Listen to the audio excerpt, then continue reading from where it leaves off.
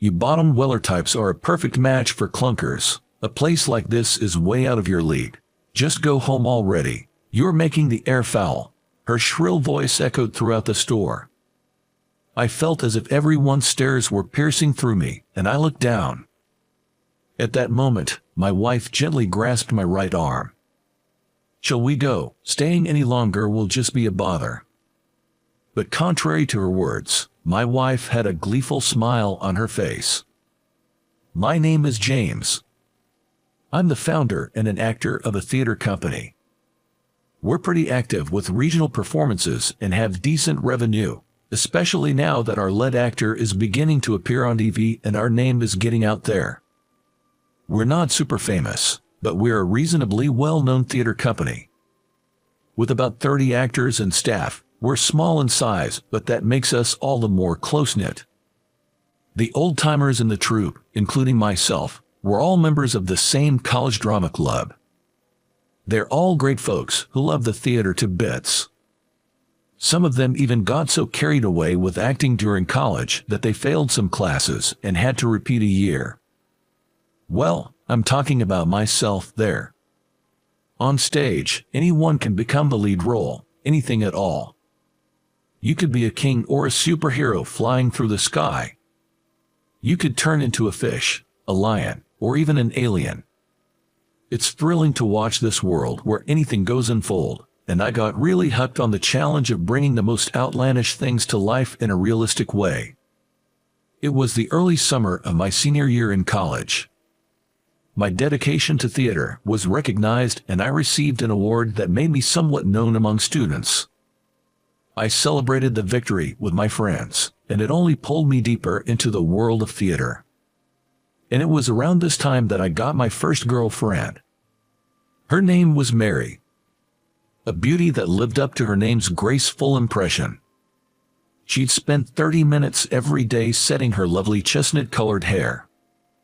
I'm the type who sometimes goes to bed without even drying my hair after a shower, so I genuinely admired her for that.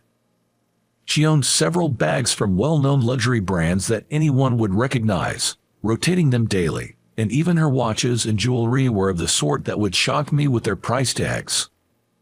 Hearing her say, "It's amazing you won an award," made me over the moon. There was no resisting when such a cute and pretty girl tilted her head and asked me sweetly. I'd take her out to fancy dinners, buy her the gift she wanted. I never once thought I was just being played. I felt happy. Even if she didn't show me much respect. But gradually, her attitude towards me cooled. This became apparent when I was busy with preparations for a theater performance. I hadn't been able to contact her much due to the busyness, and when I finally did, she wouldn't even look at me. To make matters worse, I failed some courses and had to repeat a year, which meant I lost my job offer from a major corporation. I thought being abandoned was inevitable. "James, all you ever talk about is theater. It's so boring. You don't have any prospects, do you? I mean, how many people actually make it in a theater troupe? For you couldn't even land a job, and now you're just declaring a life of poverty by saying you'll devote yourself to acting after graduation. I can't be with someone like that anymore." "But you said you liked me, didn't you?" "That was just lip service, obviously.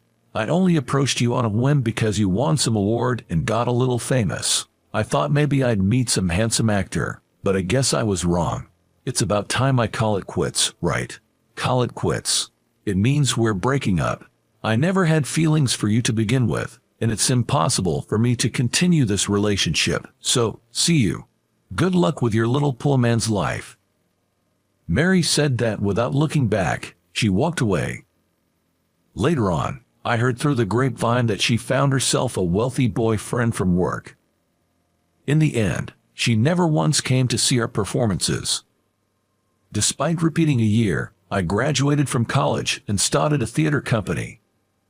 At first, it was just a few of us from the drama club, renting a small theater for our performances, but the tide turned when a handsome guy named Robert joined. Robert looked cool doing anything. Whether he was doing a fight scene, a love scene, or even slipping and falling. He just made everything look good. Our drab little theater troupe suddenly became glamorous.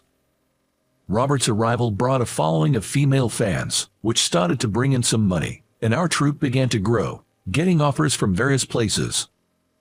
We started to get more requests for regional performances, and our schedule got busier. That's when we needed to start thinking about the backstage and administrative stuff. My cousin's interested in the business side of the theater. Mind if I bring her around? That's what Robert said when he brought Patricia. Patricia, a theater buff who has always loved the arts, would travel far and wide to see various plays. Fresh out of college, she was young but knowledgeable and good at her job. And maybe because she was his cousin, she wasn't starstruck by Robert. Maybe having a handsome cousin gave her immunity. At any rate, I was impressed by her serious and hard-working attitude towards theater.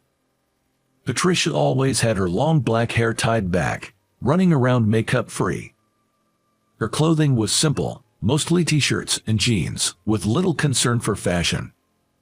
Yet, every little thing she carried had a feminine touch, and every glimpse of her neatly groomed nails made my heart skip a beat. She wasn't treated much like a girl by the other guys in the company, but for me, she became the only girl in the world. It was a few months after she joined that we started being teased as the theater crazy duo. By then, it had become our routine to watch other companies' plays and discuss them over meals. We always ate at no-frills places like diners and pubs, but Patricia enjoyed everything so much that I just loved being with her. Our days went on like that, and naturally, we became a couple and decided to get married after 2 years. Some time after marrying Patricia, the old wagon we'd used since the theater company's early days started acting up. The engine would start, but the fuel efficiency had gotten worse. It made strange noises, and black smoke billowed from the exhaust. This calls for a replacement. I had bought it used for a steal about 10 years ago. It had over 125,000 miles on it. I remembered cramming it full of costumes and props, heading out to regional shows. It was filled with memories, but you can't make new ones if the old ones are holding you back. If I was going to replace it, I wanted something nice, so I splurged on a brand from a foreign country that I had always admired. It's a brand known for sports cars, but their SUVs are pretty cool too, and they have solid support in the States, so I called to make a reservation and decided to go to the dealership later. The clunker of a wagon still ran, despite the noises it made. And it certainly stood out in the parking lot of the high-end car dealership. All luxury cars in the parking lot, huh? Yeah, but were customers just the same? Patricia laughed in response to my comment. Our own outfits might have been a tad plain for a luxury car dealership. But we intended to buy a car, and we weren't just window shopping, so with some hesitation, we headed for the entrance. Welcome. As we walked through the automatic doors, a refined gentleman greeted us. I had a reservation. My name is James. Yes, please wait a moment. I'll check on that for you. As the gentleman bowed slightly and left, a woman in the dealership caught my eye, looking surprised. I recognized her. She was made up beautifully, wearing large earrings and a necklace. Her ensemble was glamorous but not over the top, fitting the upscale ambience of the dealership perfectly. She frowned and stared at us, then strode over decisively. Are you James? Mary, long time no see. I said with a smile, though she didn't bother to hide her displeasure, letting out a sigh. It didn't seem like a friendly approach. Why then did she bother coming over? Do you even realize where you are? You're not just here to look around, I hope. Her icy voice deflated my excitement. Unfazed, Mary continued. I'm the manager here. It's my job to sell cars to our clients. You do realize what kind of cars we sell here, right? They aren't cheap, you know. Yeah, I know, and I have a test drive booked. You're going for a test drive. I understand wanting to, but we're not so free as to offer test drives to people with no intention of buying. You get that, right? No, what do you mean? What I'm saying is, Someone like you, without money, can't afford our cars." Mary sighed exaggeratedly, clearly irritated. "You're still driving that old beater, and your clothes. Maybe you should dress better. And your girlfriend there, she's as plain as you are. Can't you buy her even one piece of jewelry? What a provider you are." Patricia at my side seemed momentarily annoyed, but she quickly returned to a smile, saying nothing and just gazing at Mary. Taking Patricia's silence as consent, Mary's voice grew louder. "People like you belong in clunkers. A place like this is way out of your league. Just leave already. You're polluting the air." Her sharp voice filled the dealership, and I felt the stares of everyone inside. I looked down. That's when Patricia gently squeezed my arm. "Let's go. No point in staying here any longer. It's just a nuisance." Yet, despite her words, she had a pleased smile on her face. As we left the dealership, Patricia began making a phone call. "Yes, due to the incident, we'll be canceling our purchase. Thank you. Goodbye." I could still hear voices from the other end as she hung up, unfazed. "If they call back to apologize, all is well. If not, we'll reconsider our options. A relationship with a dealership is long-term. There has to be mutual trust." "That's right. It would be strange if they didn't call back after we canceled a $700,000 deal." Indeed, the SUV we were looking to buy, with all the options, came out to $700,000.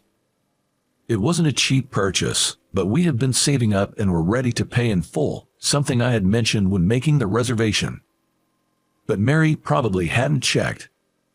Patricia had called the dealership's main office in America. Mary would likely hear something from headquarters. But given her pride, I couldn't imagine her apologizing. Would the company even apologize to an individual like us? "They'll come to apologize, they must. You should be more aware of your own influence," Patricia said confidently. I just tilted my head, puzzled. A few days later, as Patricia predicted, a top executive from the dealership came to our house with Mary to apologize. "We're terribly sorry to have disturbed you at home. Despite your reservation, Mary here behaved inappropriately, causing offense." "That's not it. We left because we were told to leave." "We sincerely apologize."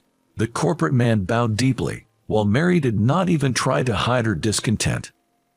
She probably wasn't satisfied. She had been disgruntled since arriving, looking around restlessly and frowning the whole time. "The lady over there says that people like us aren't suited for your company's cars. Told us we belong in a clunker." "Is that true, Mary?" What a thing to say to a customer. At Patricia's accusation, the male supervisor looked at Mary in alarm, but she just crossed her legs, leaned back, and acted arrogantly as if she didn't care.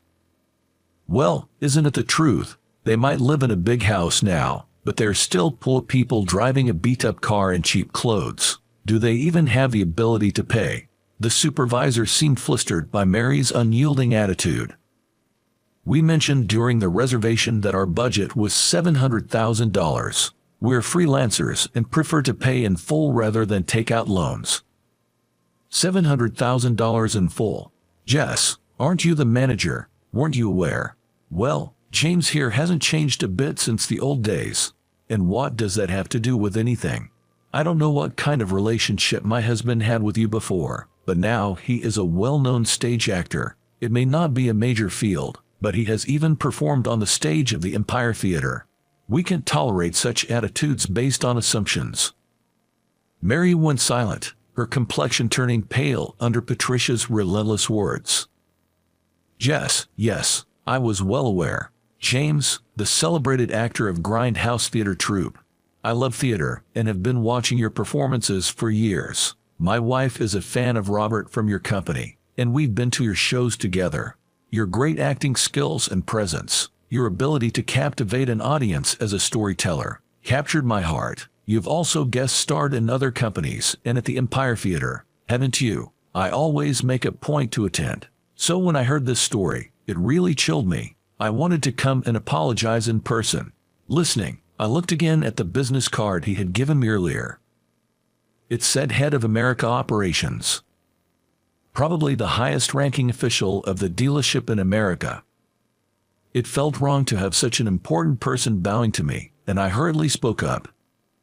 No, I'm not such an important person. The head knows my husband. It's because of people like you who watch that we can do what we do. Thank you always. Patricia was all smiles, a stark contrast to her previous demeanor. No, anyone who has seen your performances would understand their greatness. The meticulously crafted scripts, direction, and the talent of the cast, all are superb. It's due to your character as the head of the company, isn't it? That's too much praise. I'm embarrassed. They say you are carrying the future of theater in America on your shoulders. I will continue to support you. Thank you. I was embarrassed by his words, but it was heartwarming to hear that our work resonated with someone who genuinely loved theater. But my success was not mine alone.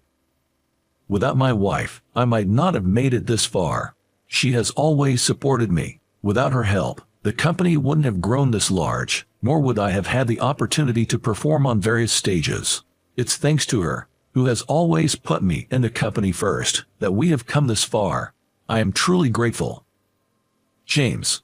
I tried to hide my embarrassment by taking a sip from Mighty Cup. The bitterness of the cold tea seemed to cool my flushed face.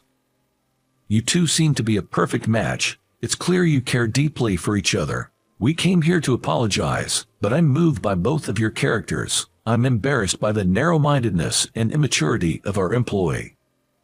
Mary clenched her hands on her lap and didn't raise her face. Patricia and I exchanged looks and nodded. She was the one to speak. She always handled our external negotiations. Because I'm not very good at it. Your sincerity has come across. We haven't received an apology from the lady yet, but we will positively consider purchasing the card. Oh. And of course, please assign a different person to handle our account from now on. Thank you. Come on, Mary. You should say something too. I'm sorry. Mary mumbled in a low voice, still looking down. I couldn't see her face, but knowing her pride, she must have been chagrined. I felt a sense of relief looking at Patricia, who smiled back at me. Months later, we were ready for the delivery of our car. Thanks to the head manager's arrangements, we received exceptional treatment, with the representative coming to our house for the meetings. However, for maintenance after the delivery and to trade in our old wagon, we had to go to the dealership where Mary worked as a manager. Mary got a dressing down afterwards and was demoted from manager to rank-and-file staff. Now, she's on reception and tea duty. I think it's impressive she didn't quit and kept working. When we parked the old wagon in the parking lot and headed to the store, we locked eyes with Mary at the reception. She glared at us fiercely as she confirmed our identity, but still politely opened a glass door and said in a low voice, "Please come in." As we were led to our seats, Mary brought us coffee. "James, you're still dressing as drably as ever, you know. Ever heard of TPO? It stands for time, place, and occasion, dressing appropriately for the situation. If you don't dress up properly for this place, people might think you're a pua." Patricia and I exchanged surprised glances at her usual harsh words. Well, even after getting a scolding from the higher-ups and being demoted from manager, you can say such things. I'm sorry, I'm just being honest. And you, ma'am, wouldn't you look better if you put on some makeup and wore some jewelry in a place like this? You seem to have good material to work with, and with proper care, you'd look presentable. A wife's reputation can affect her husband's, right? With such a plain and unglamorous wife, I feel sorry for your husband. Mary, don't you think that's a bit too much? I prefer a modest and intelligent wife over a woman who's only interested in decking herself out. Everyone has their own values. Can you not impose yours on us? I was angry at her for bad-mouthing my wife and retorted a bit harshly, which seemed to surprise both Mary and Patricia, since I don't usually show that side of myself. What? Mary seemed at a loss for words, and just as she was about to back away with the tray, a commotion started at the entrance. A foreign-looking man was desperately trying to communicate something with large gestures. The staff were trying to help, but it seemed they were struggling to understand the unfamiliar language he was speaking. Didn't Mary major in foreign languages at university? Aren't you good with languages? I can speak Japanese, French, German, and Chinese, but I don't know that language. While everyone looked puzzled, Patricia chimed in. That's Hindi, used mainly in India. India. Yes, let me go help out for a moment. Patricia approached the man and began to converse. Though I couldn't understand their exchange, the man's demeanor immediately brightened and he began to speak freely. Patricia translated for the staff, and it seemed they were able to communicate effectively. Apparently, his car had broken down. When he was informed that it could be repaired, he was overjoyed and thanked us in broken English, saying thank you, thank you. This gentleman is a film director from India, you know, the kind of films where the king returns and defeats the villains. The one where everyone dances at the end. That was fun. It had so many outrageous scenes, yet the story held together and ended on a high note. We couldn't make such a film in America. I shared my thoughts with Patricia, who relayed them to the director, who then enthusiastically offered me a handshake. He must be a well-known figure in India. But his down-to-earth nature suggested that his film sets must be fun. Patricia and the director talked further. I couldn't understand the words, but it felt like they were discussing me. I couldn't leave my seat as I watched them when suddenly the director stood up and reached for a handshake. Thank you, please. What? Oh, yes, what does that mean? Patricia was grinning. The kind of smile she has when she's up to something. I had a bad feeling, but I couldn't let go of the director's hand and tried to smile ambiguously to hide my confusion.